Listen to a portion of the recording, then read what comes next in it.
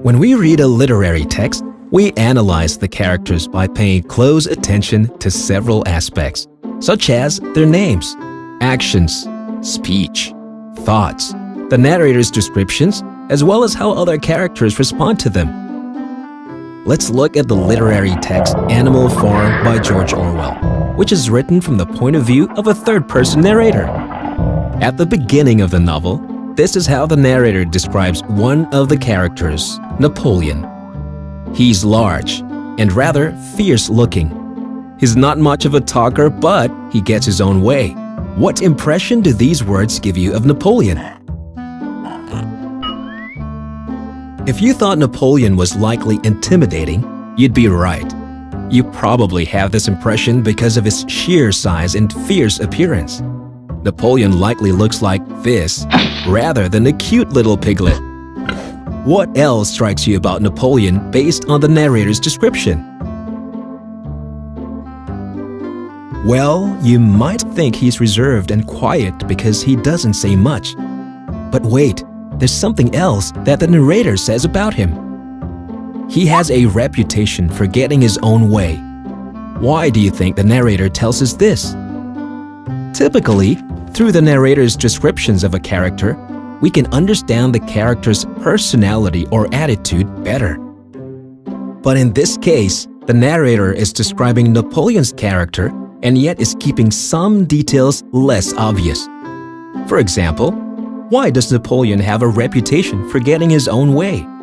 This makes us, the readers, intrigued and want to find out more about Napoleon's character and what he does in the story. By telling us that Napoleon has a reputation for getting his own way, the narrator is building our expectations of how Napoleon might behave in the rest of the story. Hence, we see how the narrator's descriptions help us to start analyzing Napoleon's character. It also creates anticipation as we read the rest of the text. Let's go on to look at Napoleon's actions.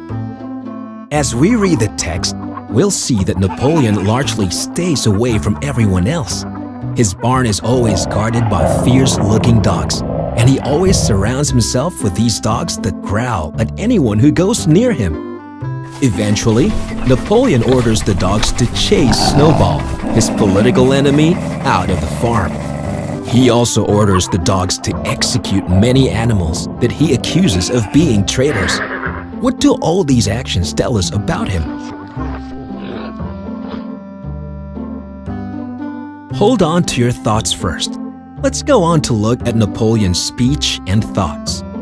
Well, Napoleon doesn't really say much in the text, but one day, a violent storm rips through the farm and destroys a windmill. Napoleon blames the destruction on Snowball and offers a reward for any animal that kills Snowball or captures him alive. Let's pause here for a while.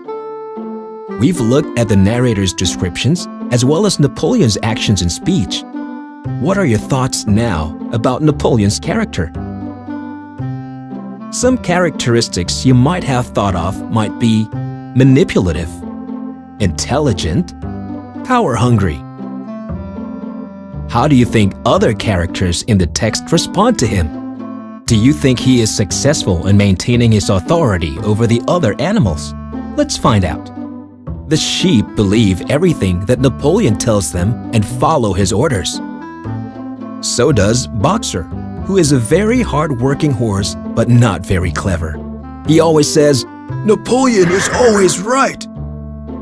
On the other hand, the hens try to rebel by not letting Napoleon and the pigs take their eggs. It doesn't work out very well for them, and most of them surrender. Benjamin the donkey is quite intelligent and can see through Napoleon's manipulation, but he is quite apathetic and doesn't bother about it, staying out of trouble. So you could say that Napoleon was quite successful in manipulating everyone in order to control them. They were either not intelligent enough to understand his real motives, were scared of him and his dogs, or could not be bothered. There's one more aspect of characterization we have not looked at.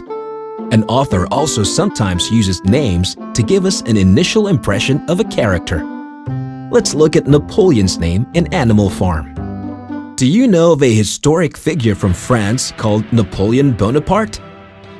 He was a French dictator in the early 1800s and one of the greatest military leaders in history. What do you think he was like? Well, as a dictator, he was powerful and feared by the people. But they also admired him and looked up to him because he was clever and strategic in warfare. Now, let's take a look at Napoleon the pig in the literary text Animal Farm. Why do you think George Orwell named this pig Napoleon? Animal Farm was published in 1945, much later than the 19th century. Do you think there may be similarities between Napoleon the pig and Napoleon Bonaparte, the military leader? Can you already infer one similarity that the author was trying to emphasize? Well, you should read Animal Farm to find out more. And the next time you read your literature text, slow down and see how the narrator is describing the characters. Also, to fully understand a character, look out for the character's name, actions, speech and thoughts, and how other characters respond to them.